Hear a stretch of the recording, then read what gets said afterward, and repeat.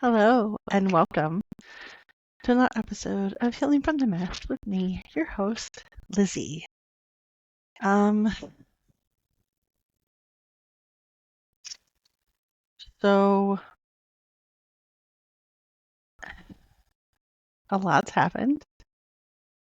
I can't even tell you the last time that I recorded. I think it was 2 months ago.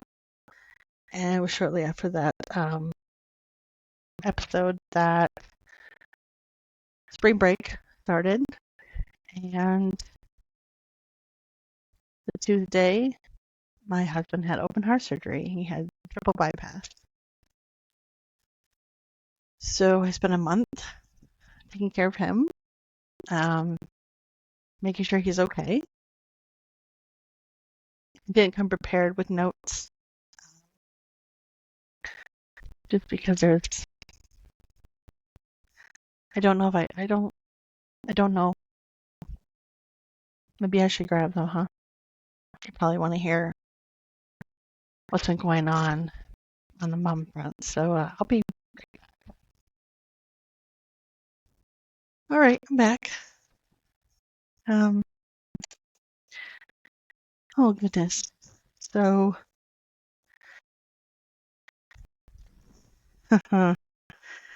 we're gonna start with April 6th, and then I'll dive into the other.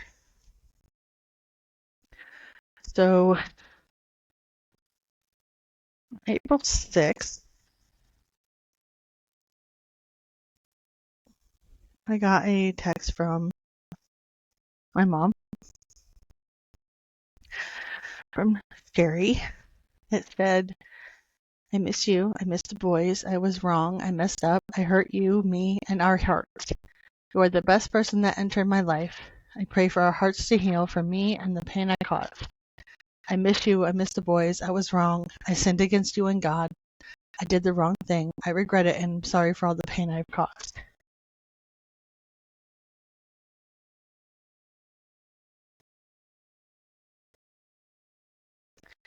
It took me 30 minutes to come up with a reply. Yeah, you did hurt me. Now tell me how. Give me all the examples you know of. Tell me what you think you hurt me, because sorry for hurting you doesn't mean much when there is no for what and no change behavior. You don't get it. I've spent the past year healing, remembering, talking in therapy, healing the parts of me that have caused harm to my kids. I no longer suffer from anxiety or stress or fear of the unknown. I don't let my intrusive thoughts or insecurities win. I talk myself down. I allow myself to feel the uncomfort. I give myself grace. I'm doing the work that you were never brave enough to do.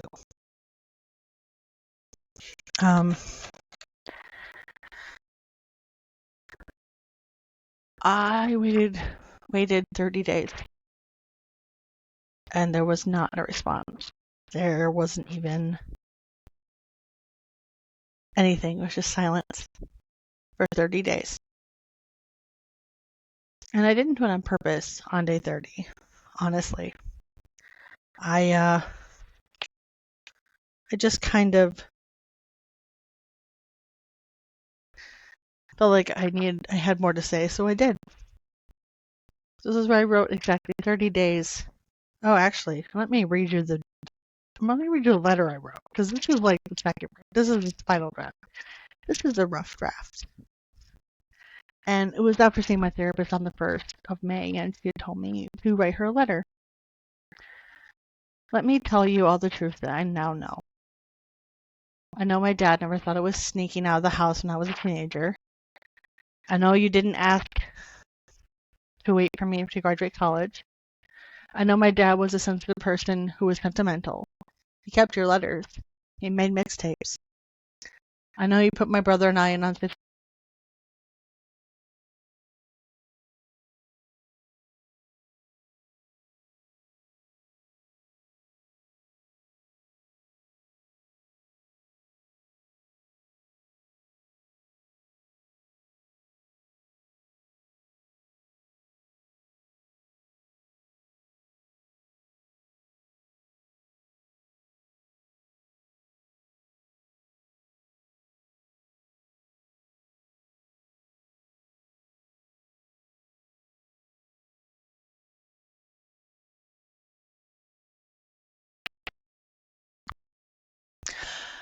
I know you put my brother and I in unsafe situations, especially when you tried to leave the country with us Easter weekend of '99.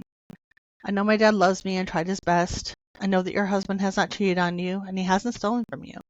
He loves you and is committed to your marriage.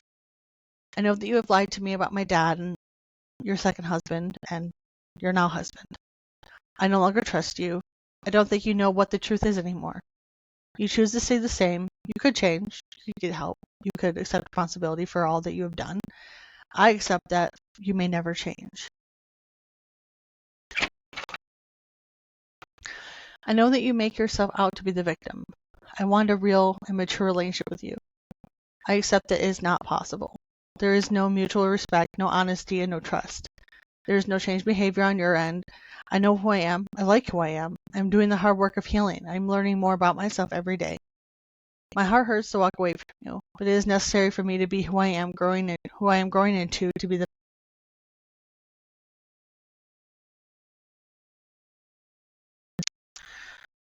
my heart hurts to walk away from you, but it is necessary for me to be who I am growing into to be the best version of myself. I will always love you. I forgive you. I am letting you go. You had me for 37 years. This is my time now. Goodbye. My name. And then I put a quote in because it seemed just, it seemed appropriate from a Taylor Swift song. Don't judge me. I like this lyric. One of my favorites.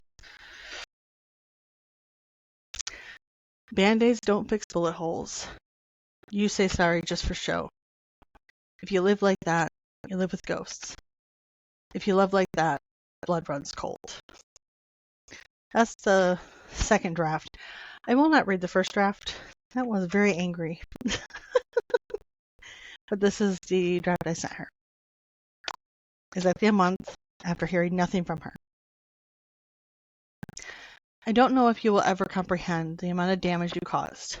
To know now how many times you have lied to me about my dad, your second husband, and your now husband. It is so hard to trust you. You were supposed to be the one person I could count on, and you ruined all of that. You are my mother. You promised that you would always protect me, and yet you were the one causing so much unnecessary pain. It hurts. You lied to protect yourself. It didn't matter how it was going to affect me.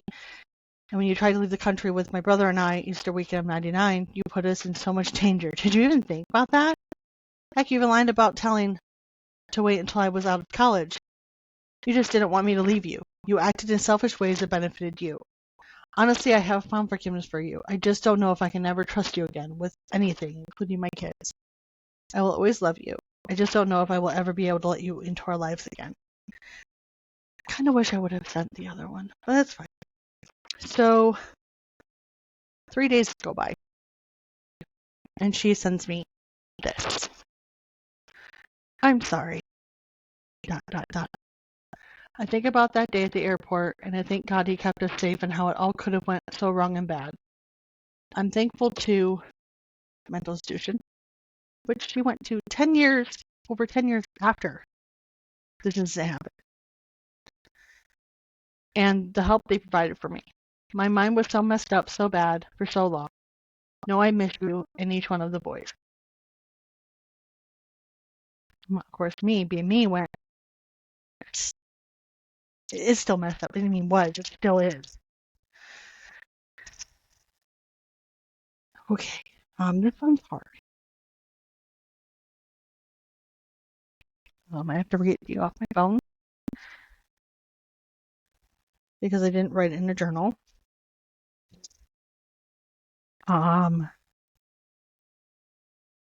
Because I'm going to tell you this. It's something that's really hard for me. Oh, wait, no. That's what she said. Okay, so I replied to her a day later. I hear you. I know you miss us. I need you to acknowledge how I feel. I need you to hear me. I'm still trying to work through all of the memories and the lies you told. I hear your I'm sorry, but it isn't enough. I need you to take responsibility and accountability. You say that what you did was wrong, but I don't even know what you're referring to, and I need an explanation. I need more information.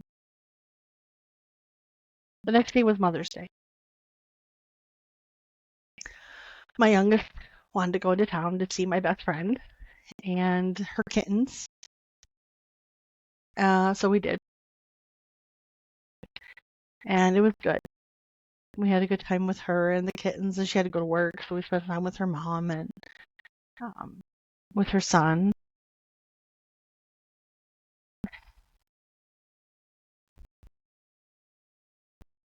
So after that, I saw her today. My kid asked if he could tell her we were in town. She said we could stop by. He asked if we could. I said sure.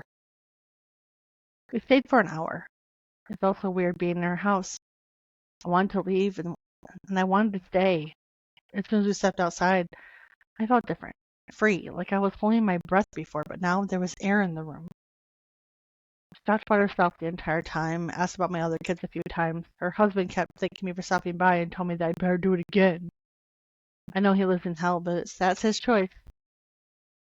The worst part was she texted my kid and I later on saying that it was the best Mother's Day. Again, about her. Funny. I didn't stop by for her. I did for my kid. And that is what makes us so different. So yes, I saw my mother. I was in her home first time in almost 2 years.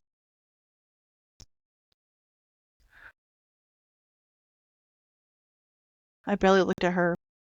She barely talked to me and my kid. I mean, her husband asked more questions than she did.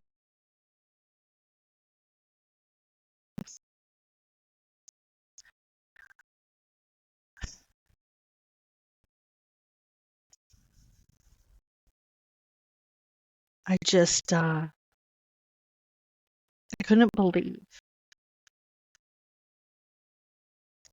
I couldn't believe that. Before I went to therapy, I think it was before I went to therapy. Whoops. No, that's right. Oh my gosh. Okay. No, before therapy. I'm ready for therapy tomorrow. I'm an emotional mess. I'm so hurt that she refuses to change or take responsibility and accountability for her actions. My heart is broken. Why can't she be who I need? Why can't she love me? When will it stop hurting so? Yesterday, after therapy, I blocked her. My therapist helped me realize that there is no hope of change.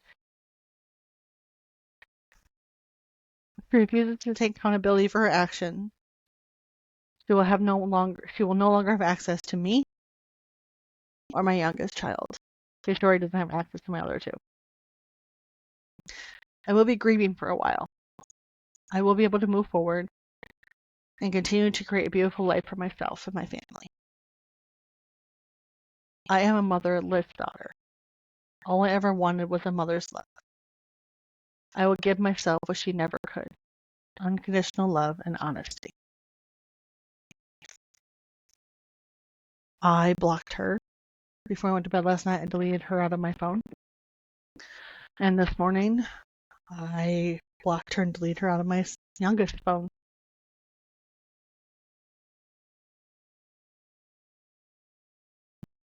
So, yeah, she's, hold on. She's out of our lives.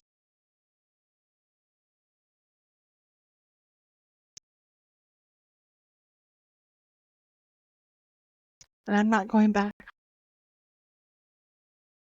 I'm not going back. I am done.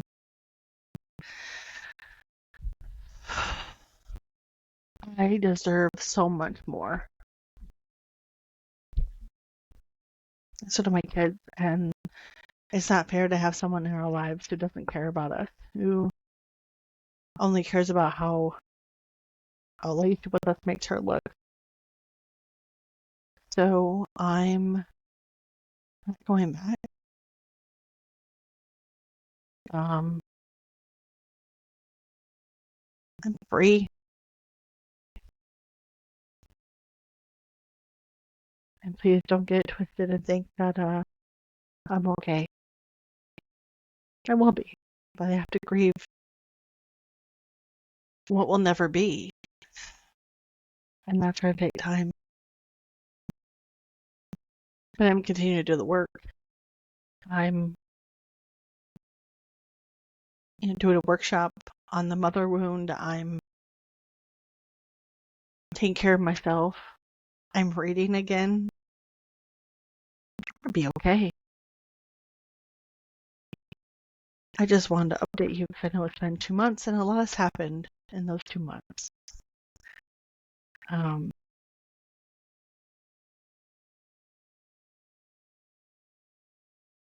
That's the first time I've had time to just sit down and do it, Oh, so finished my first accounting class, passed with an A minus, and I'm on to my second accounting class. I started on Monday. I wanted to get ahead into chapter 2 today, but I think I'm gonna let myself kind of take a break and do that tomorrow, or tomorrow morning, or I'll do it Monday because I do a busy week and I want to get it knocked out. Because Thursday, I'm watching my nephew graduate from high school. Oh, I can't believe it. Watch that little boy grow up. Can't believe he is graduating from high school. I'm so proud. Sad. So proud. Things are good. I've been taking care of myself. I started again this month because I took a month off. Been going for walks. I am trying to eat better. It's not great. Okay, don't get twisted. But I'm going for walks just to build my stamina so I can start doing my Infinity Hoop workouts again. I'm taking care of me. And it was about time to start. So, I guess that's all I really want to say because I don't really have anything else for you guys. If you have any questions, you can feel free to email me. I think I'll try to put in the show notes. You can comment on the video or the podcast episode if you're listening on Spotify versus watching it, because I don't think I have video on Spotify. But yeah, so thank you for being here. Thank you for listening. I hope you'll join me next time when there's another episode of Healing from the Mess with me, your host, Lizzie.